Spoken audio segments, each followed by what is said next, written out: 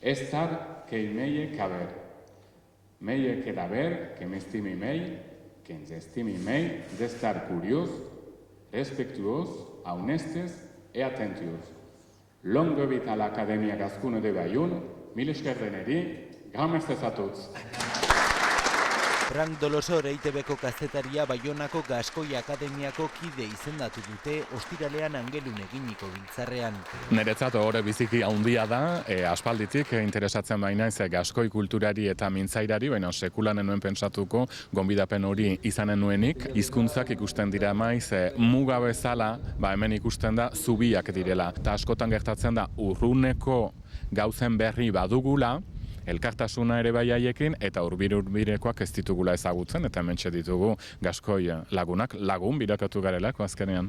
Hiztun gutxi ditu Gaskoiak egun, baina bere eragina nabarmena da oraindik ere. Lapurdi eta Nafarroa behereko iparraldeko herrietan aurki daiteke Gaskoiaren historiaren aztarna. 400 urtez hemengo hizkuntza ofiziala izan zela, eragina handia duela, hau da euskarazko izen guziak zergatik deitzen zaio bidarteri, Gaskoiaren eraginez, eletari, bokal indartsu bat ezin delako izan, azken hitzetan beraz urruinak galtzen du, hori Gaskoiaren eraginez izan da, hemengo artxibategiak Gaskoiez dira gehienak, egiarran galtzorian dago hizkuntza hori, baina presente dago, frantsesez hitz egiten dutelarik, oraindik sumatzen da umorean hainbat hitz erabiltzen dituzte, hemen bakarrik Baionan eta Angelun erabiltzen direnak. Frank Dolosorrek uste du Euskal Elkargoa Gaskoia bultzatu behar duela. Nik uste dut beharrezkoa dela, zintzotasun kontu bat delako, zintzotasuna gure lujaldearekin, bere historiarekin eta hemen bizi diren jendeekin.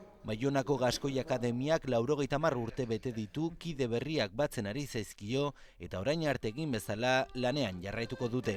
Euskalduna, euskaltzalea, baina azkenean belarriak beti zabalik, gustatzen zait asko hitz egitea, baina entzutea ere bai, eta ohartzen zara entzunez edo ikusiz irakurriz, azkenean Gaskoiak presentzia handia duela hemen berean, errespetua zor diogula elkarri, beraz bi konpromiso horiek ikasten segitzea eta sustatzen eta jakinarazten segitzea.